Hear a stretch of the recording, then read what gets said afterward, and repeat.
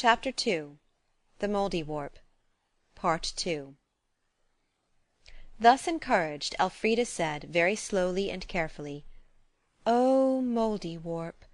I think it would rather be called that than mole, don't you? Oh, Mouldiwarp, do please come out and show us how to set about it. That means the treasure. I hope it'll understand." "That's not poetry," said Edred. "Yes, it is, if you say it right on. Oh, Mouldiwarp, do please come out and show us how to set about it." "There ought to be some more," said Edred, rather impressed all the same. "There is," said Elfrida. "Oh, wait a minute. I shall remember directly. What I mean is how to find the treasure and make Edred brave and wise and kind." "I'm kind enough if it comes to that," said Lord Arden. "Oh, I know you are, but poetry has to rhyme. You know it has. I expect poets often have to say what they don't mean because of that." "Well, say it straight through," said Edred, and Elfrida said obediently, "Oh, Mouldiwarp, do please come out and show us how to set about it. What I mean is how to find the treasure and make Edred brave and wise and kind. I'll write it down if you've got a pencil." Edred produced a piece of pink chalk, but he had no paper, so Elfrida had to stretch out her white petticoat, put a big stone on the hem, and hold it out tightly with both hands while Edred wrote at her dictation. Then Edred studiously repeated the lines again and again, as he was accustomed to repeat the Battle of Ivory, till at last he was able to stand up and say, "Oh, Mouldiwarp, do please come out and show me how to set about it. What I mean is how to find the treasure and make me brave and wise and, if you don't mind," he added. And instantly there was the white mole.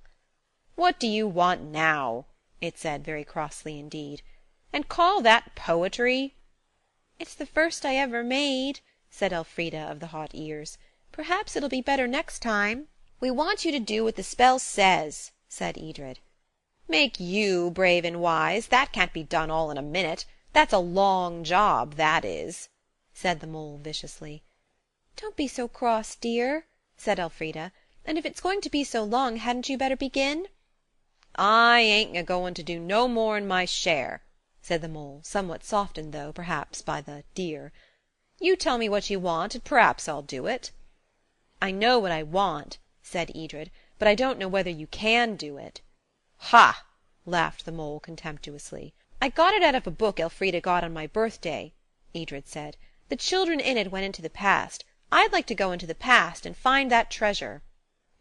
"Choose your period," said the mole wearily. "Choose your period. What time you'd like to go back to. If you don't choose before I'd counted 10, it's all off. 1, 2, 3, 4. It counted 10 through a blank silence.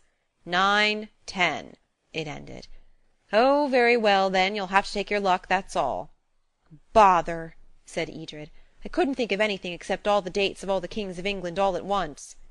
"Lucky to know 'em," said the mole, and so plainly not believing that he did know them that Edred found himself saying under his breath, "William the First, 1066. William the Second, 1087. Henry the First, 1100.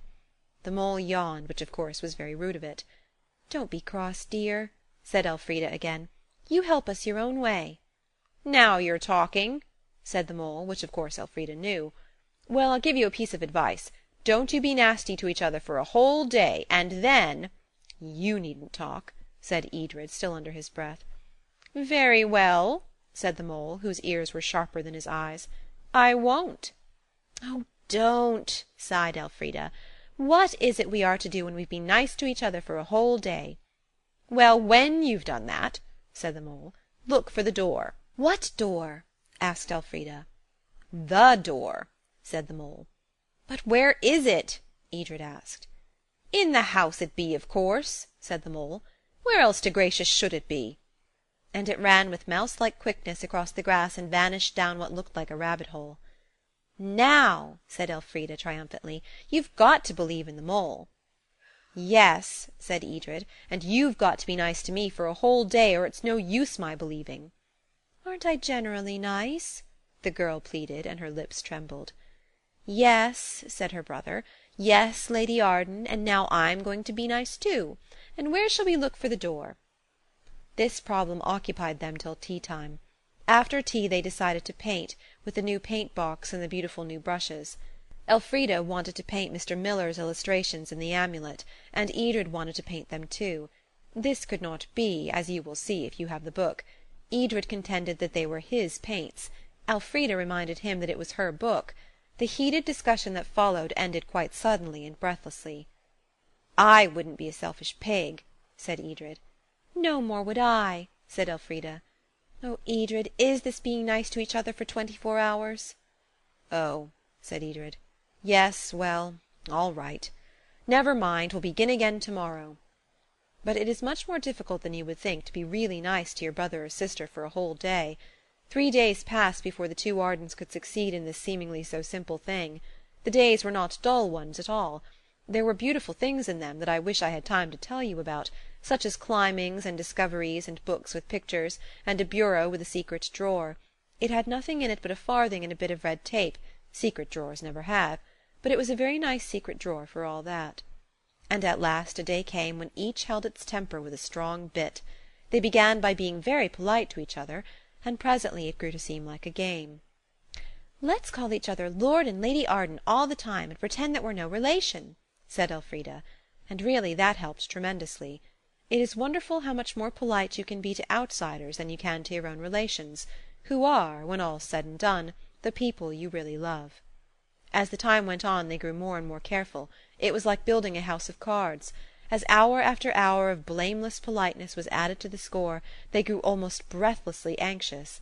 If, after all this, some natural annoyance should spoil everything. "I do hope," said Edred towards tea-time, "that you won't go and do anything tiresome." "Oh dear, I do hope I shan't," said Elfrida. And this was just like them both. After tea they decided to read so as to lessen the chances of failure. They both wanted the same book, Treasure Island it was, and for a moment the niceness of both hung in the balance. Then, with one accord, each said, "No, you have it," and the matter ended in each taking a quite different book that it didn't particularly want to read. At bedtime Edred lighted Elfrida's candle for her, and she picked up the matches for him when he dropped them. "Bless their hearts," said Mrs. Honeysett in the passage. They parted with the heartfelt remark, "We've done it this time." Now, of course, in the 3 days when they had not succeeded in being nice to each other they had "looked for the door," but as the mole had not said where it was, nor what kind of a door, their search had not been fruitful.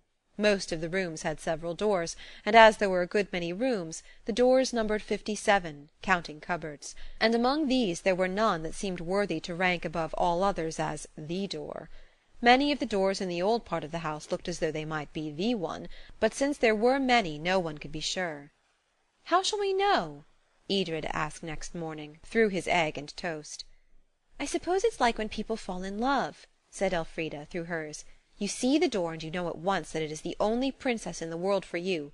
I mean door, of course," she added. And when breakfast was over they stood up and looked at each other. "Now," they said together, "we'll look at every single door. Perhaps there'll be magic writing on the door come out in the night, like mushrooms," said the girl. "More likely that mole was kidding us," said the boy. "Oh, no," said the girl, "and we must look at them on both sides, every one. Oh, I do wonder what's inside the door, don't you?" "Bluebeard's wives, I shouldn't wonder," said the boy, "with their heads." "If you don't stop," said the girl, putting her fingers in her ears, "I won't look for the door at all. No, I don't mean to be aggravating, but please don't. You know I hate it." "Come on," said Edred, "and don't be a duffer, old chap." The proudest moments of Elfrida's life were when her brother called her "old chap." So they went and looked at all the 57 doors, one after the other, on the inside and on the outside. Some were painted and some were grained, some were carved and some were plain, some had panels and others had none, but they were all of them doors, just doors and nothing more. Each was just a door, and none of them had any claim at all to be spoken of as the door. And when they had looked at all the 57 on the inside and on the outside, there was nothing for it but to look again. So they looked again, very carefully, to see if there were any magic writing that they hadn't happened to notice, and there wasn't. So then they began to tap the walls to try to discover a door with a secret spring. and that was no good either. "There isn't any old door," said Edred. "I told you that mole was pulling our leg." "I'm sure there is," said Elfrida, sniffing a little from prolonged anxiety. "Look here, let's play it like the willing game. I'll be blindfolded and you hold my hand and will me to find the door." "I don't believe in the willing game," said Edred disagreeably. "No more do I," said Elfrida. "But we must do something, you know. It's no good sitting down and saying there isn't any door." "There isn't, all the same," said Edred. "Well, come on." So Elfrida was blindfolded with her best silk scarf, the blue one with the hem-stitched ends, and Edred took her hands. And at once—this happened in the library where they'd found the spell—Elfrida began to walk in a steady and purposeful way. She crossed the hall and went through the green baize door into the other house, went along its corridor and up its dusty stairs, up and up and up. "We've looked everywhere here," said Edred, but Elfrida did not stop for that. "I know I'm going straight to it," she said. "Oh, do try to believe a little, or we shall never find anything," and went on along the corridor, where the spiders had draped the picture frames with their grey crape curtains. There were many doors in this corridor, and Elfrida stopped suddenly at one of them, a door just like the others. "This," she said, putting her hand out till it rested on the panel, all spread out like a pink starfish. "This is the door." She felt for the handle, turned it, and went in, still pulling at Edred's hand and with the blue scarf still on her eyes. Edred followed. "I say!" he said, and then she pulled off the scarf. The door closed itself very softly behind them. They were in a long attic room close under the roof, a room that they had certainly, in all their explorings, never found before. There were no windows. The roof sloped down at the sides almost to the floor. There was no ceiling. Old worm-eaten roof-beams showed the tiles between, and old tie-beams crossed it so that as you stared up it looked like a great ladder with the rungs very far apart. Here and there through the chinks of the tiles a golden dusty light filtered in, and outside was the tick-tick of moving pigeon feet, the rustling of pigeon feathers, the coo-roo-coo of pigeon voices. The long room was almost bare. Only along each side, close under the roof, was a row of chests, and no two chests were alike. "Oh," said Edred, "I'm kind and wise now. I feel it inside me. So now we've got the treasure. We'll rebuild the castle." He got to the nearest chest and pushed at the lid, but Elfrida had to push too before he could get the heavy thing up. And when it was up, alas, there was no treasure in the chest, only folded clothes. So then they tried the next chest. And in all the chests there was no treasure at all, only clothes. Clothes and more clothes again. "Well, never mind," said Elfrida, trying to speak comfortably. "They'll be splendid for dressing up in." "That's all very well," said Edred, "but I want the treasure." "Perhaps," said Elfrida with some want of tact, "perhaps you're not good and wise yet. Not quite, I mean," she hastened to add. "Let's take the things out and look at them. Perhaps the treasure's in the pockets." But it wasn't. Not a bit of it. Not even a threepenny bit. The clothes in the first chest were full riding cloaks and long boots, short-waisted dresses and embroidered scarves, tight breeches and coats with bright buttons. There were very interesting waistcoats and odd-shaped hats. One, a little green one, looked as though it would fit Edred.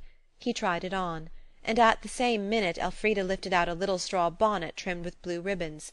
"Here's one for me," she said, and put it on. And then it seemed as though the cooing and rustling of the pigeons came right through the roof and crowded round them in a sort of dazzlement and a cloud of pigeon noises.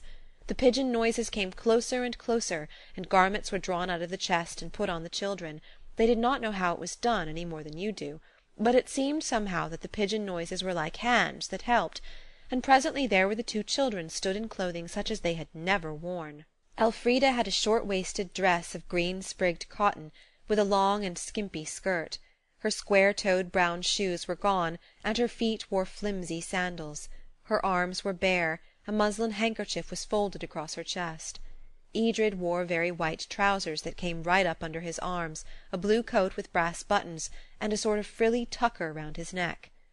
"I say," they both said, when the pigeon noises had taken themselves away, and they were face to face in the long empty room. "That was funny," Edred added. "Let's go down and show Mrs. Honeysett." But when they got out of the door they saw that Mrs. Honeysett, or someone else, must have been very busy while they were on the other side of it, for the floor of the gallery was neatly swept and polished, a strip of carpet, worn but clean, ran along it, and prints hung straight and square on the cleanly whitewashed walls, and there was not a cobweb to be seen anywhere.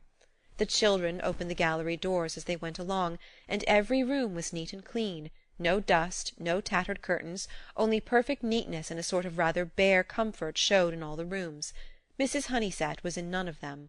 There were no workmen about, yet the baize door was gone, and in its stead was a door of old wood, very shaky and crooked.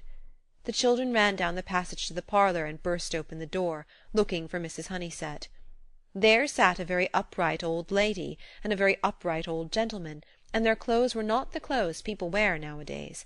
They were like the clothes the children themselves had on. The old lady was hemming a fine white frill. The old gentleman was reading what looked like a page from some newspaper. "Hoity-toity!" said the old lady very severely. "We forget our manners, I think. Make your curtsy, miss." Elfrida made one as well as she could. "To teach you respect for your elders," said the old gentleman, "you had best get by heart one of Dr. Watts's divine and moral songs. I leave you to see to it, my lady." He laid down the sheet and went out, very straight and dignified, and without quite knowing how it happened, the children found themselves sitting on two little stools in a room that was, and was not, the parlour in which they had had that hopeful eggy breakfast, each holding a marbled side of Dr. Watts's hymns. "You will commit to memory the whole of the one commencing, 'Happy the child whose youngest years receive instruction well,' and you will be deprived of pudding with your dinners," remarked the old lady. "I say," murmured Edred. "Oh, hush!" said Elfrida, as the old lady carried her cambric frills to the window-seat. "But I won't stand it," whispered Edred. "I'll tell Aunt Edith. And who's she, anyhow?" He glowered at the old lady across the speckless carpet. "Oh, don't you understand?" Elfrida whispered back. "We've got turned into somebody else, and she's our grandmamma." I don't know how it was that Elfrida saw this and Edred didn't. Perhaps because she was a girl, perhaps because she was 2 years older than he. They looked hopelessly at the bright sunlight outside, and then at the dull small print of the marble-backed book. "Edred," said the old lady, "hand me the paper." She pointed at the sheet on the brightly polished table. He got up and carried it across to her, and as he did so he glanced at it and saw "The Times, June 16th, 1807." And then he knew, as well as Elfrida did, exactly where he was and when. End of Section 4